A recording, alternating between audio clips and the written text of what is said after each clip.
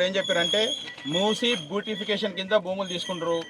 దీన్ని తీసుకున్న తర్వాత ల్యాండ్ పూలింగ్ కింద మార్చిన తర్వాత రైతులకు 1000 గజాలు ఇచ్చిండ్రు. 1000 గజాలు ఇచ్చేటప్పుడు ఏం చెప్పారంటే ఇక్కడ ఎక్కడా లేని విధంగా ఇక్కడ ఫుల్ డెవలప్మెంట్ ఉంటుంది, మీకు గజము 1,50,000 వలుకుతుంది అని చెప్పేసి వాగ్దానం చేసిండు అప్పుడు తీసుకున్న గవర్నమెంట్. తర్వాత ఏం చేసిండంటే దీన్ని ఆదర్శంగా తీసుకొని ఆంధ్రాలో చేసింది చంద్రబాబు నాయుడు. అంతటా దీని పేరు గొప్ప ఉంది, ఊరు దిబ్బ ఉంది.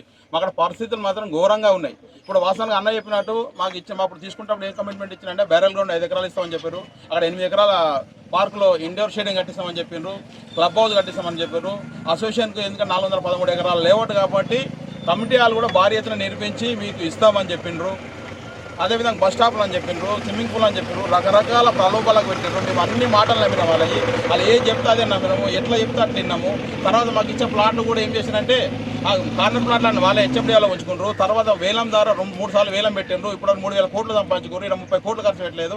జిహెచ్ఎంసీ దగ్గరికి పోయి అయ్యా మా పరిస్థితి ఇదంటే మాకు హ్యాండ్ ఓవర్ చేయలేదు, మాకు రూపాయి సంపాదించలేదు, మీ పైసలన్నీ కూడా హెచ్ఎండిఏలు తిన్నారు, మీరు హెచ్ఎండిఏలను అడుగుర్రు, మమ్మల్ని అడగడానికి మీకు ఎటువంటి రైట్ లేదు, మీరు పోవద్దు అని చెప్పి గట్టిగా చెప్పిండ్రు. మేము అమరపాలెం మేడం కలిసినాము, ఎమ్మెల్యే త్రూ పోయి ఎమ్మెల్యే గారు కూడా చెప్పారు అయ్యాడు పరిస్థితి బాగాలేదని. ఆయన అమరపాలెం మేడం జోనల్ కమిషనర్ హేమంత్ పటేల్కి చెప్పింది, ఆయన దగ్గరికి పోయినాము, ఆయన కూడా రిప్రజెంటేషన్ ఇచ్చినాము. ఆయన కూడా ఏం చేసినా చేస్తామని చెప్పిండు. వీళ్ళు ఏం చేశారు మధ్యలో ఇదంతా ఒక మీటింగ్ నడుస్తుంది. ఇది ప్రాసెస్ మీటింగ్లో 105 కోట్లు అడిగిండ్రు. 105 కోట్లు కూడా రోడ్లు, స్ట్రీట్ లైట్లు, డ్రైనేజ్ అని చెప్పిండ్రు. ఆ 105 కోట్లది నడుస్తుంది. అయ్యా మాకు మీరు 105 కోట్లు తీసుకుంటారు, అంత బాగానే ఉంది, కాకపోతే మాకు ఏదైతే కమిట్మెంట్ ఇచ్చారో రైతులకు ఇచ్చారో ఆ కమిట్మెంట్ మీరు ఎందుకు ఫుల్ఫిల్ చేయరు, మాకు ఇచ్చిన వాగ్దానాలను కంప్లీట్ చేయాలి, దీంతో పాటు అని చెప్పి ఆయనకు రిక్వెస్ట్ పెట్టినాము. ఇప్పుడు మీ ద్వారా మీ ప్రభుత్వాన్ని కోరుతున్నది ఏంటంటే మాకు ఏదైతే కమిట్మెంట్ చేసారో రైతులకు, ఆ రైతులకు చేసిన దాని ప్రకారం మీరు ముందుకెళ్ళి మమ్మల్ని కూడా బయటపడేయాలి. ఈ మురికొంపల్లో నివసించడం మా వల్ల అయితే లేదు. 1,00,000 కాదు కదా, ఇప్పుడు గట్కేసరి కూడా 50,000 నడుస్తుంది, ఇక్కడ 50,000 నడుస్తుంది, ఏం తేడా లేదు. ఎప్పుడంటే బగాయత్ ఇప్పుడు ఒక మర్డర్ జరిగినా బగాయతే, ఒక స్కామ్ జరిగినా బగాయతే, ఇప్పుడు ఏ చేసినా బగాయత్ పేరు ఉంది. ఇక్కడ బగాయత్ అంటే అందరూ ఏందని కూడా భూతాల స్వర్గం అనుకుంటారు, ఇక్కడ చూస్తే నరకం ఉంది. కానీ ఒక స్ట్రీట్ లైట్ వెలుగా రాత్రి కూడా ఆడవాళ్ళు నడిచే పరిస్థితి లేరు. పోలీసులు వస్తున్నప్పుడల్లా తప్పించుకుంటారు. గంజాయికి ఈయన అడ్డ, డ్రగ్స్కి ఈయన అడ్డ, తాగుడికి ఈయన అడ్డ. ఆ కుక్కలు చూస్తే ఇప్పుడు చుట్టుముట్టున్న కుక్కలన్నీ ఇళ్ళనే ఉంటాయి. రాత్రి రోడ్లు చూడండి మీరు ఎంత అధ్వానంగా ఉన్నాయి రోడ్లు. మేము ఎన్నిసార్లు చెప్పాలి, ఎవరికని చెప్పాలి, మీ ఇలా పెట్టింది కారణం ఏంటంటే మాకు రోడ్డు ఎక్కాలని మాకు సోకు లేదు. ఎందుకంటే మీకు లక్షలు పెట్టుకున్నారు, ఇలా రోడ్ ఎక్కి సోకు ఏంటి ఇది పట్టుకొని మాకు ఏమవసరం అండి, ఇదంతా మా బాధ తీర్చలేదు కాబట్టి మీ దగ్గరికి వచ్చి మీ ద్వారా మొరబెట్టుకున్నాం. దయచేసి ఇది అధికారుల దృష్టికి తీసుకెళ్ళాలి, మా సమస్యను వీళ్ళంత తొందరగా పరిష్కరించాలి.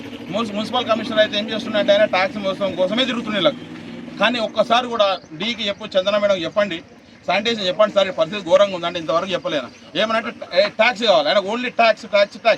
ఇప్పుడు ఇల్లీగల్ కడితే మాత్రం ఊరికి ఎందుకు వస్తారు మీరు? మీకు ఊకనోడు లోపలికి వచ్చి ఎందుకు కొట్టాలి, ఎందుకు ఇబ్బంది పెట్టాలి కట్టుని, అదొకటి ఇచ్చేస్తుండే ఆయన. తర్వాత ఏడ స్పందిస్తుండే అంటే ఎంతసేపు కన్స్ట్రక్షన్ మీద స్పందిస్తుంది కాబట్టి సమస్యల మీద స్పందన లేదు.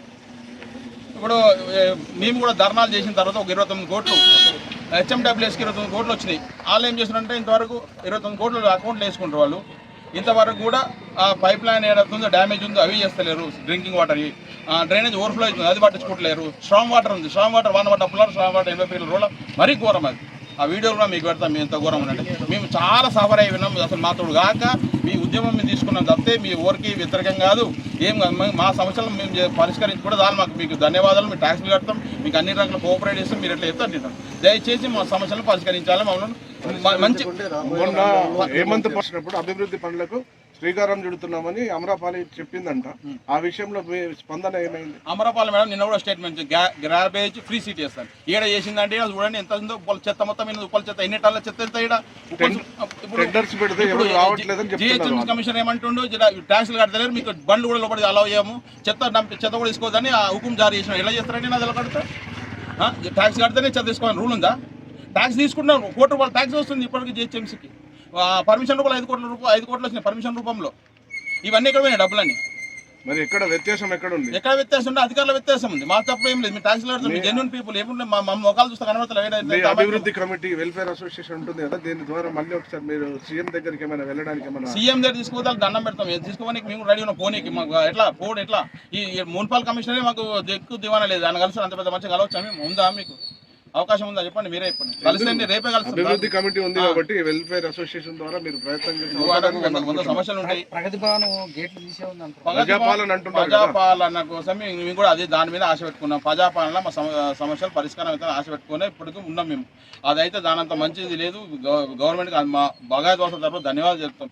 ఎందుకంటే అన్ని బాగానే ఉన్నాయి, అల్లున్నట్టు చెల్లున్నట్టు మరి. ఈ ఉద్యమాన్ని మీరు అంటే అభివృద్ధి జరిగే వరకు విశ్రమించకుండా చేయాలి. మేము ఉద్యమం చేస్తలేము, మా రిక్వెస్ట్ కోసం మేము పోరాడుతున్నాం అంతే. మేము ఉద్యమం చేస్తాం, సమస్యలపై సమస్యలు ఏంటి మాకు. ఇప్పుడు మనిషి జీవించడానికి బేసిక్ ఏం కావాలి మనకు? బేసిక్ చెత్త ఉండొద్దు, లైట్లు వెలగాలి, నీళ్లు రావాలి, డ్రైనేజ్ పోవాలి. ఇంతే తప్పితే మీకు ఏం లేవు. మా కోరిక అడమైన కోరికలు మా పైసలకు మాట ఖర్చు పెట్టలేరు. ఇప్పుడున్న పరిస్థితుల్లో ఇక్కడున్న పరిస్థితి ఈ కళ్ళ ముందు నీళ్ళు ఎన్నో చూసినా దోమలు ఒకసారి ఒక ఫాగింగ్ ఉంటే పాపానికి పోయిరా. ఇప్పుడు లక్షలు టెండర్లు నడుస్తాయి, ఒకరిని కొట్టిరా, ఎవరు కొట్టలేకపోయారు. అట్లా ఇప్పుడు ఏంటంటే వాళ్ళకి నిరసనగా నిర్లక్ష్య వైఖరి నిరసనగా మేము మా రోడ్లు మేమే ఊరుకుంటున్నాం, మాది మేమే చేసుకుంటున్నాం. అది మేము ఈరోజు చేసే ప్రోగ్రాం. మా మొత్తం ఇలా దగ్గర చూడ ఒక 500-600 కుటుంబాలు నివసిస్తున్నాయి. మొత్తం ఇది 10 లక్షల గజాలు.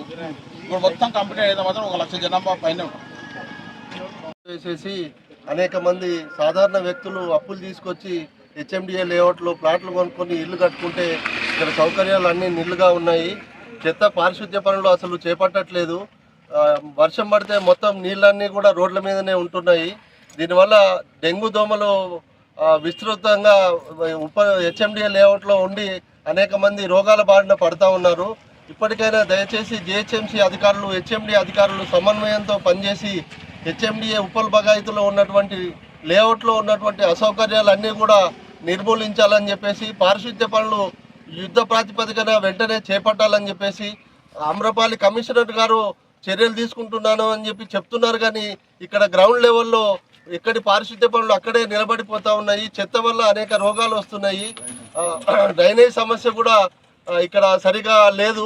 కాబట్టి అధికారులు వెంటనే సరైన చర్యలు తీసుకొని ఉప్పల్ బాగాయితులో ఉన్నటువంటి చెత్తను వెంటనే తొలగించాలని చెప్పేసి, డ్రైనేజ్ సౌకర్యాన్ని వెంటనే కల్పించాలని చెప్పేసి, మంచినీట సౌకర్యాన్ని కల్పించాలని చెప్పేసి, స్ట్రీట్ లైట్లు పేరుకు లైట్లు ఉన్నాయి కానీ రాత్రిపూట వెలగట్లేదు.